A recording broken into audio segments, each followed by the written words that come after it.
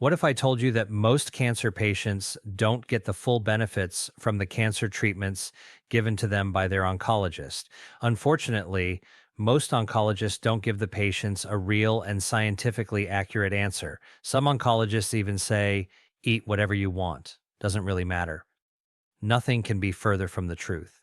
If the cancer comes back, almost certainly it's because the stem cells of the cancer regenerated the cancer. So, good news. There's foods that can kill cancerous stem cells. Like what? Like food. Welcome to Dr. Lee Unplugged. Real insights from the cutting edge.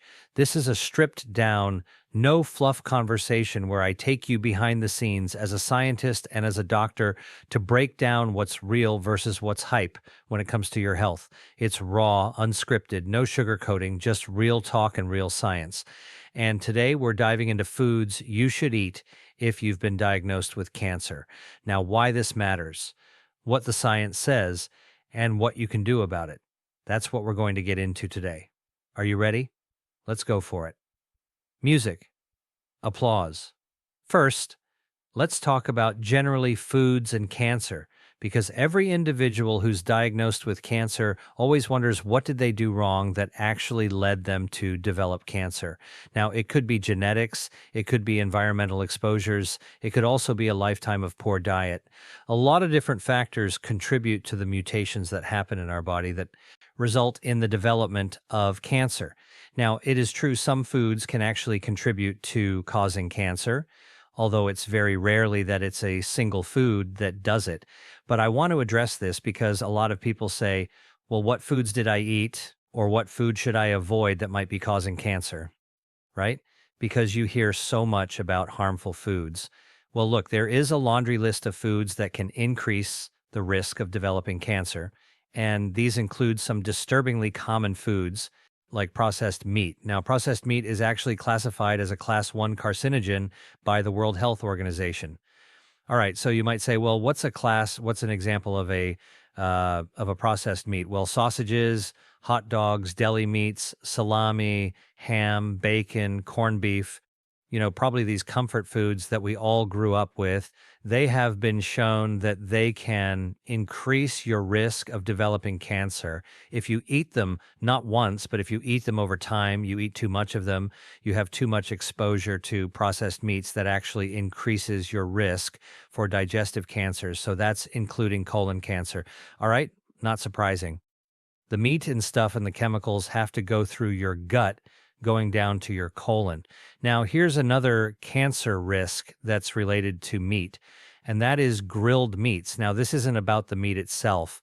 It's really about the grilling process that coats the meats with carcinogens or cancer-causing chemicals, toxic chemicals. One of them is called polycyclic aromatic hydrocarbons. That's polycyclic aromatic hydrocarbons.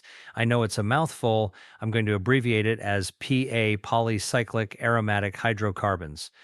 All right, now these are carcinogens that form when the oils from the fat drips down into the flame and smokes, right? That what gives you that nice grilled meat taste. Now that rising smoke containing the carcinogens deposits the carcinogens all over the meat underneath it, okay? Now, high grilling temperatures also converts the amino acids and proteins that are found in the meat. Proteins are actually made of amino acids.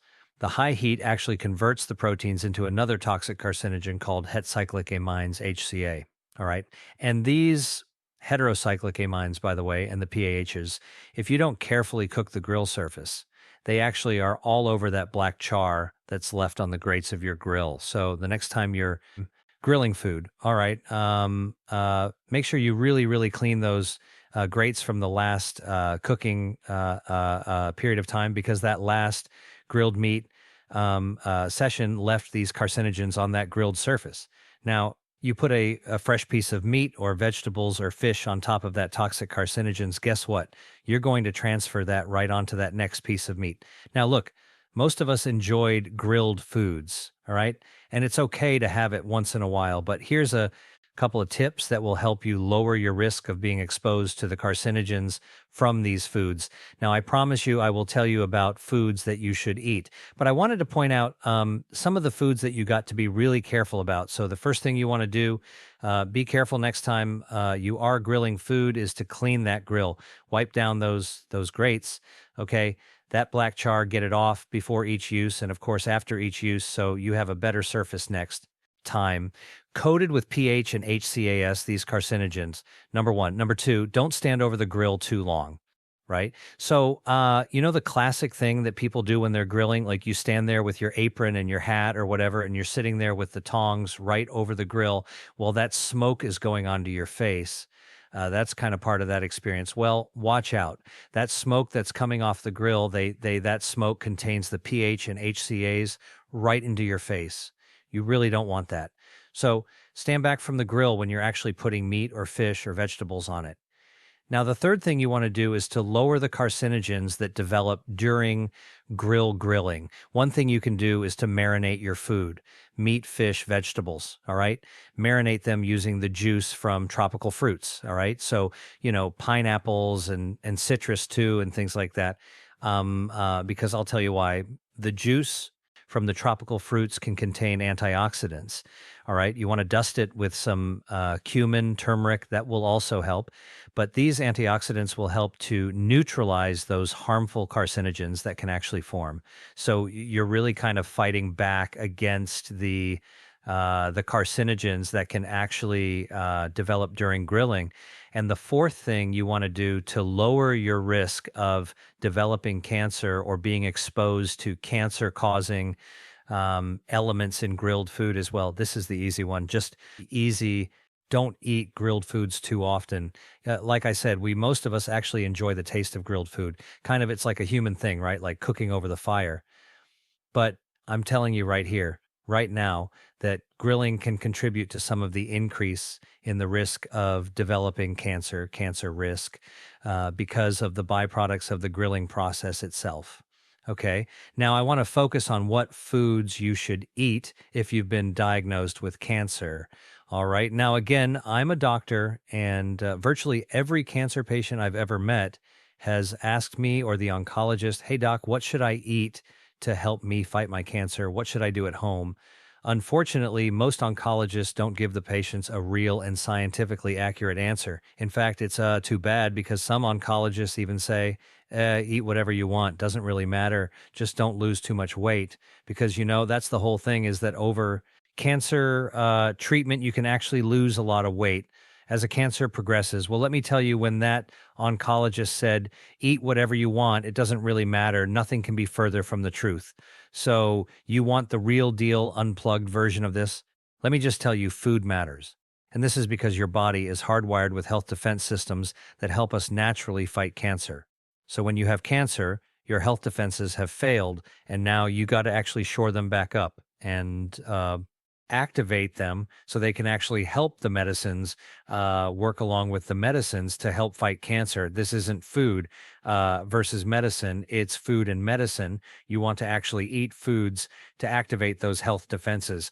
Now, I write about these health defenses in my book, Eat to Beat Disease. You haven't seen it, you can get it wherever books are sold. There are 5 health defenses. All of them help us fight cancer naturally, and all of them can be activated by our food. So what are the 5? Angiogenesis. That's how our body grows blood vessels, and one of the defenses against cancers that cut off the blood supply feeding cancers. All right. Second health defense is our regeneration system. So look, cancer develops, your body gets rid of it. Now you got to replace where the cancer was. It can regenerate. All right. And if you're getting cancer treatment like chemotherapy, targeted therapy, etc., or having surgery, all right, your body has to heal after the cancer's been killed off. And to heal properly, it regenerates from the inside out. Second health defense, you can stimulate that with food. Third is our gut microbiome. You've heard of gut health? Yep. That's 39 trillion healthy bacteria in our gut, mostly in our colon. In fact, in the early part of our colon area called the cecum. All right. Those healthy bacteria help to lower inflammation in your body. They help to boost immunity so you can actually fight off the cancer cells. And again, all of this actually combines powerfully and activated by food to whatever cancer treatment that your doctor is going to give you, your oncologist is going to give you. So nothing could be further from the truth by saying, if it doesn't matter, just eat anything. No, you want to eat the foods that will activate the system. Next health defense against cancer is our DNA repair and protection system, right? Cancer is basically a mutation of our DNA. All right, mutated DNA, mutated cell, mutant cell leads to more mutant cells. They pile up, and now you've got a cancer, a tumor. All right, so our DNA protection system defends the mutant DNA by getting rid of it or fixing it so it doesn't actually become a full-blown cancer. You want your DNA protection system fixed, and foods can activate that too. And then finally, our immune system. Now, our immune system does a couple of interesting things. It raises inflammation when it needs to, but cancer is a highly inflammatory disease. Basically, if when cancer meets inflammation, it's like pouring gasoline onto the embers of a fire. Whoosh! It's going to like really go up in flames. That's why you want to actually eat anti-inflammatory foods to lower inflammation. Okay. And then the other thing you want to do with foods is to boost your immunity. Now, this is especially true if you're getting chemotherapy, because you know what chemotherapy does? It lowers your immune defenses. So you got to counter that by boosting your immune system. All right. 5 health defenses: angiogenesis, regeneration, gut health, DNA protection, immunity, inflammation. Foods can actually powerfully influence all of these systems that can help your body contribute to beating cancer. Pretty simple, like a no-brainer. All right, so each of these systems can help tip the odds in your favor while you're getting treatment. Now, why doesn't the oncologist talk about this? Well, most doctors, including oncologists, haven't been trained to look at these health defenses. Doctors, oncologists are trained to look at cancer as a bad set of cells that you have to kill using drugs. And food is not part of their traditionally taught toolbox. All right. When I went to medical school, basically food was never taught. I had actually only 1 week of nutrition in my entire 4 years, and I had to learn everything afterwards on my own. All right. So you can't really blame the doctor that was never educated about something. But now I can tell you that the next generation, the younger oncologist, they're more likely to actually pay attention to this stuff because they care about food as medicine for themselves. All right. So this is another thing that you might want to consider when you're choosing your oncologist. Do have a young person now. They may not have quite as much experience as the person with gray hair. All right, the older senior doctor, but guess what? They may actually have a more comprehensive, more holistic approach. And that's actually an important consideration when you're choosing your oncologist. And again, as I said, slowly the system is changing. But the old guard that's out there, most of the senior oncologists, if they're interested in nutrition at all, they're still learning basically from scratch. So the system is going to change, but it's going to be slow. Now, when I say it matters, okay, this is not voodoo witchcraft. This is not hopeful kale fond waving. There's real clinical evidence that the food that you eat can make a difference in terms of cancer outcome. All right. So whenever I talk to a doctor and I say the things I just said earlier a few minutes ago, they'll say, all right, prove it to me. All right, here you go. A study by oncologists of 826 people with stage 3 colon cancer. That's pretty advanced. All right. Undergoing regular treatment, just regular cancer treatment, found that those people who ate 2 servings of tree nuts, that's 2 fistfuls of tree nuts every week, had a 57% improvement in survival. They got regular treatment, but they ate nuts. In addition to that, and their survival improved. Now, why would that be? Well, nuts have healthy fats that improve immune system. Nuts are packed with dietary fiber that helps your gut microbiome, which lowers inflammation, which tips the odds in your favor of actually being able to beat the cancer. Not that surprising, all right, but it just shows you how powerful food can be. Another study, all right, a study of 249 people with various types of cancers who are all receiving the latest type of cancer treatment. It's called immunotherapy. This is actually not chemo. This is actually a treatment where you use your own immune system, the body's own immune system, to combat cancer. You just got to wake it up and get it kind of charged up.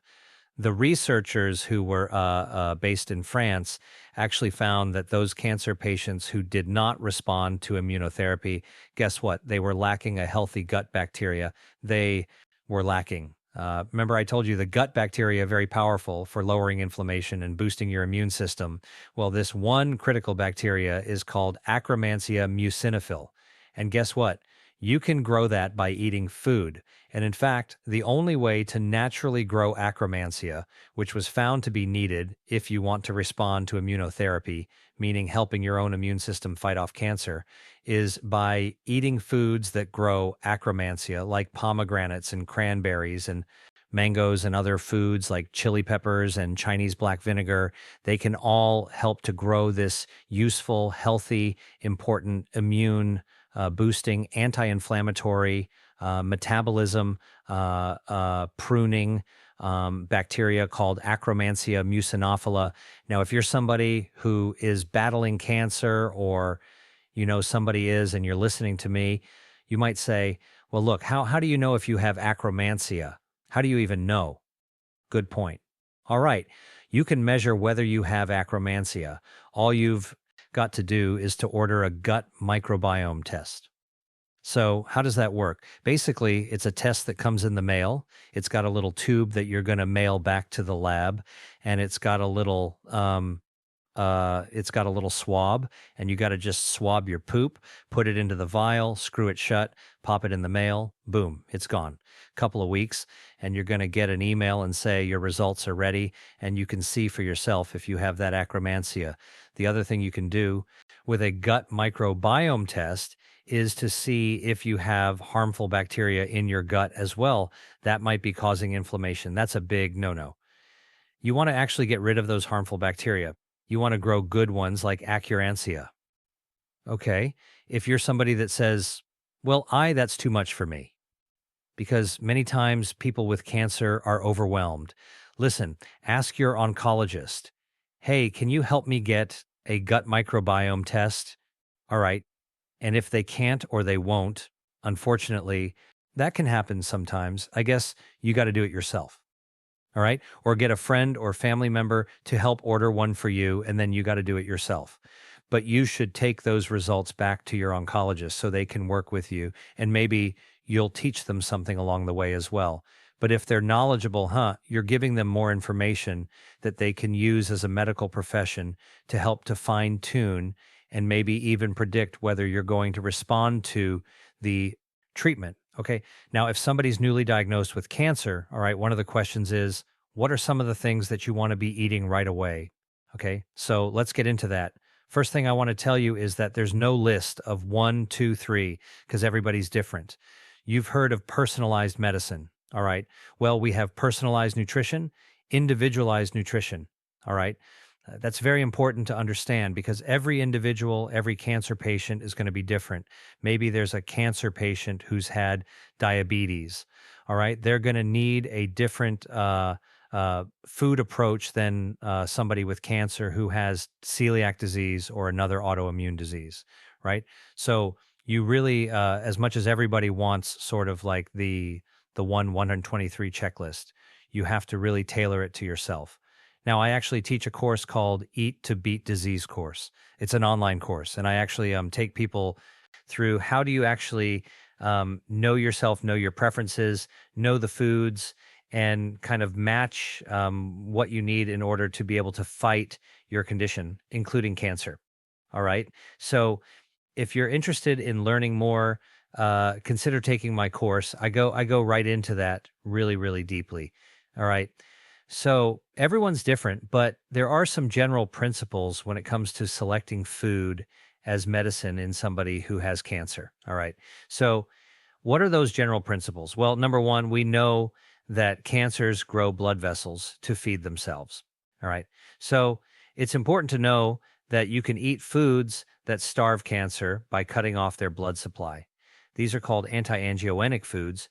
Angiogenesis is actually the process that the body uses to grow blood vessels, and it naturally will grow good blood vessels to healthy organs. But whenever there's cancer, it will cut off the blood supply normally. Now, if a cancer has already taken off and grown, somehow the cancer has been able to sneak around the defense. It's growing blood vessels. And by the way, research that I've done in the lab that actually discovered angiogenesis, that lab found that the moment blood vessels touch a cancer, that tumor can grow 16,000 times in just 2 weeks. All right. So this is a powerful trigger for cancer growth. So, what do you want to eat? Anti-androgenic foods that cut off the blood supply to tumors. What are some of them? Soy, tomatoes, green tea, coffee, oily fish with omega 3s or omega 3 supplements, berries, raspberries, blueberries, strawberries, blackberries, grapes, red grapes, okay? And brassica vegetables. What are we talking about? Brassica vegetables, broccoli, cauliflower, kale, bok choy. All right. All of those foods actually have naturally occurring anti-androgenic cancer-starving substances. So when you cook them, you're actually helping your body choke off that cancer. You're going to be getting treatment. All right. But this tips the odds in your favor. All right. Now, the second thing that you can do is remember, I told you that there's a regenerative system. All right. Your body can regenerate good cells, and it can actually get rid of bad cells. Well, guess what? There are something called cancer stem cells, and there are foods that can actually kill those cancer stem cells. Now, what is a cancer stem cell? It's a very, very dangerous cell because these are like baby cancer cells that live inside the cancer and they help the cancer come back. So, that person that had cancer had a successfully treated and they're just watching and waiting. It's what the doctor tells them to do. Just let's wait and see what happens. Mistake. All right. But when the cancer comes back, okay, what you should be doing is eating foods and changing your lifestyle to put you in a cancer fighting mode. But if the cancer comes back, almost certainly it's because the stem cells of the cancer regenerated the cancer. Now, our healthy stem cells can regenerate healthy organs, but cancer stem cells regenerate, you got it, the cancer. So, good news, there's foods that can kill cancerous stem cells. Like what? Like purple potatoes. All right? The anthocyanins that make purple potatoes purple kills colon cancer stem cells. Green tea kills cancer stem cells. So does coffee. Get your morning Joe. All right? That's actually good for cancer fighting. And as I talked to you before, tree nuts like walnuts can be really helpful. All right. So we know that a strong immune system can wipe out cancer cells too. So, what are some immune boosting foods that you can eat to beat cancer? All right, ready for some broccoli sprouts. These are the 3 to 4 day old little baby broccoli. They powerfully stimulate your immune system. Blueberries. All right, a couple blueberries will pop up your immune defenses so that you're more able to actually beat cancer. All right. These are T cells and natural killer cells. Yeah, blueberries, little tiny blueberries will actually ramp up your body's immune defenses. Chili peppers, they do that as well. All right, now what about gut health? The gut microbiome. Remember, I told you the healthy gut microbiome lowers inflammation. So, how do you actually get that to happen? Well, if you eat prebiotic foods, these are foods like polyphenols, all right? And you feed your gut bacteria. Another prebiotic is dietary fiber. When you're feeding the gut bacteria with polyphenols and dietary fiber, guess what? They produce something called short chain fatty acids. The gut bacteria does. And these short chain fatty acids get in your blood. They lower inflammation. Now, remember, I told you inflammation is like pouring gasoline onto a fire. Whoosh. When you actually get the gut bacteria happy, they provide anti-inflammatory substances, these short-chain fatty acids. They release them into the bloodstream, and that calms down the fire. It's like spraying a extinguisher onto a campfire, right?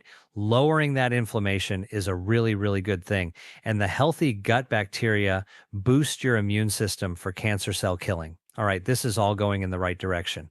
All right, so what are some of the high fiber prebiotic type of foods? Okay, ready? Lentils, chickpeas, beans of any sort, white beans, black beans, mushrooms, even the lowly white button mushroom is good. Avocado, great source of dietary fiber. Raspberries. Did you know that raspberries, even though they're small, they're light, they're hollow, pound for pound, they're one of the fruits that actually have the most dietary fiber, and they taste great too. All right. Um, okay. And then the other way you can actually get your gut healthier is actually to eat probiotic foods, like fermented foods like kimchi, sauerkraut. Okay, those might be not in everybody's taste, but guess what? Most people like yogurt, whole, full fat yogurt. Don't worry, the bacteria in the yogurt will actually help to lower your blood cholesterol. So, full fat is actually what it's better for you. Now, I've just told you that there are foods that you can eat that can actually boost your natural body's health defenses. I gave you specific foods and how they actually will work to help mount your own defense against cancer. All right. Powerful, very, very powerful way, by the way. As I'm going to say it again, this is not a substitute for cancer therapy, medical therapy. This is actually to augment your own bodies. You know, Tony Stark, Iron Man, you augment yourself to actually, have that shield, that suit. That can be helpful. That's what you're doing when you're eating foods to boost your immune system. Let the doctor give you your sick care when you're at the infusion clinic or in a medical center. You go home. That's health care. Now you're actually boosting your own health defenses. So remember, food is not a substitute. Food is not a cure, but it is a tool, a vital tool in the toolbox. And every cancer patient needs to have a good oncologist. To be able to give them the best comprehensive care. So hopefully your oncologist will know how to talk to you about food, but maybe he or she won't. But they should be able to give you all these other advanced treatment modalities. Immunotherapy is the most cutting edge right now. Okay. But they should also be helping you with your food as medicine to eat to beat cancer. And if they can't, you just do it yourself. All right. You don't need permission to know what to eat. Go look it up yourself or go back and watch this video again. All right. That's it for today on Dr. Lee Unplugged. Now, you know the real deal behind food and cancer, but there's even more that you can do to take control of your health. So if you found this video interesting and useful, make sure you hit subscribe and turn on notifications so you won't miss my next deep dive into as a food and medicine subject. And if you're serious about your health using food as medicine, watch my next video. You're not going to want to miss it. See you there. Hey, if you like that video, then you're going to love this one. Check it out.